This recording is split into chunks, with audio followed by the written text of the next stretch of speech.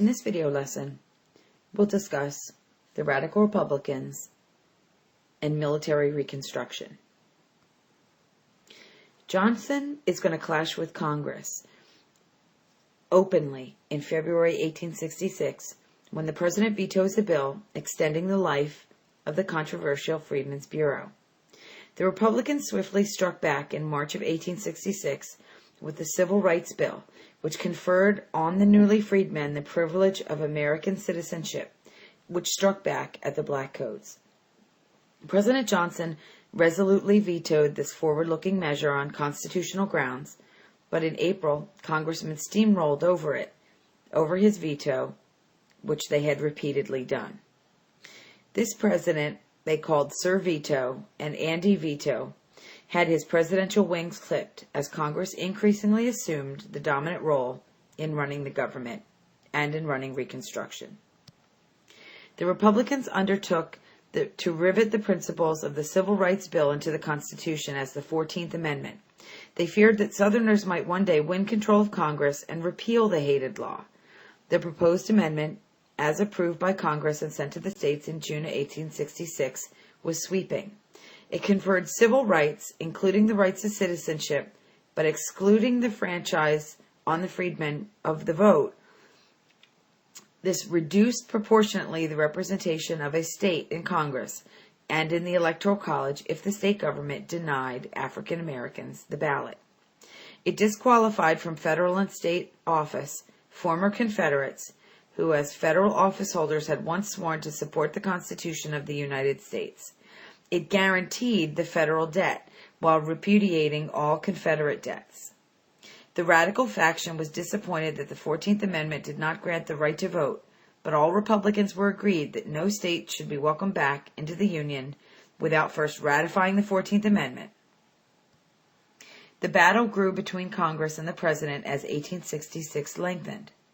The root of the controversy was Johnson's 10% governments that had passed the most stringent Black Codes. Congress had tried to temper the worst features of the co-eds by extending the life of the Freedmen's Bureau and the Civil Rights Bill. Both measures Johnson had vetoed, and now the issue was whether Reconstruction was to be carried on with or without the 14th Amendment. The crucial congressional elections of 1866 were approaching. Johnson was eager to escape from the clutch of Congress by securing a majority favorable to his soft on the South policy.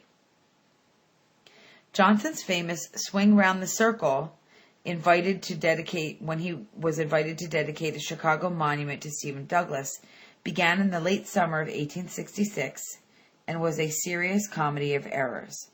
The president delivered a series of give 'em hell speeches in which he accused the radicals in Congress of having planned a large-scale anti-black riots and murders in the South. As he spoke, hecklers hurled insults at him, and he shouted back angry retorts. As a vote-getter, Johnson was highly successful for the opposition. His inept speech-making heightened the cry of "Stand by Congress."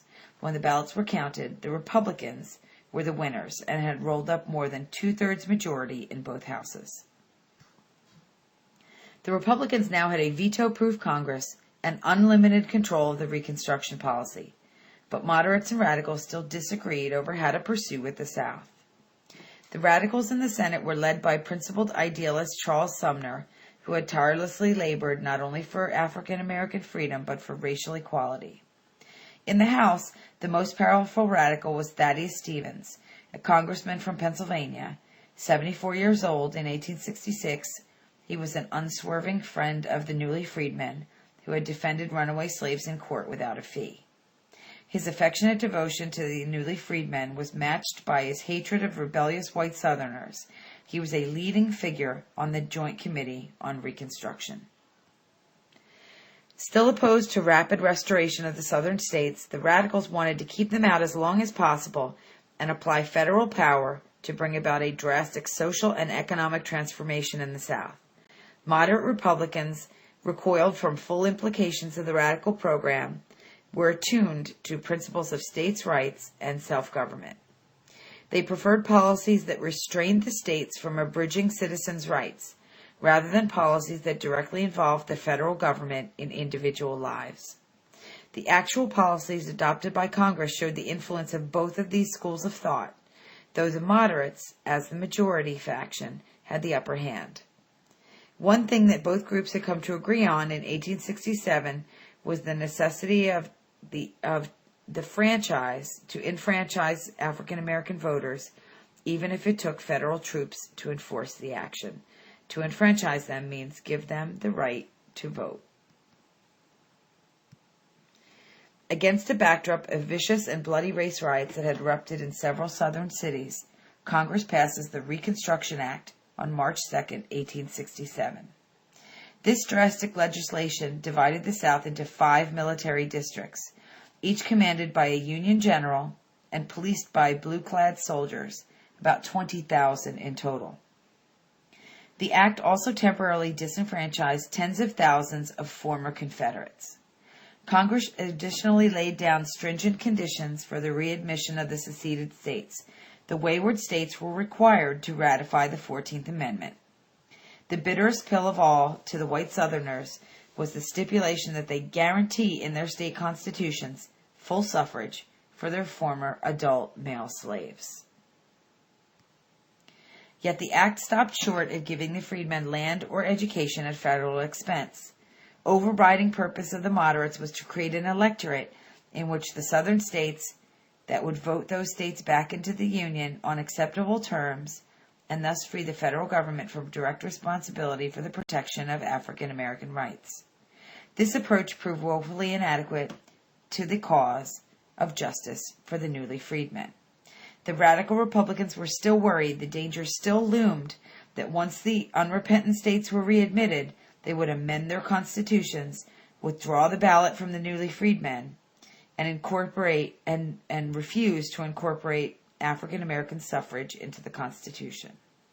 This goal was finally achieved by passing the 15th Amendment, passed by Congress in 1869 and ratified by the required number of states in 1870, and this extended the right to vote to all male over the ages of 21.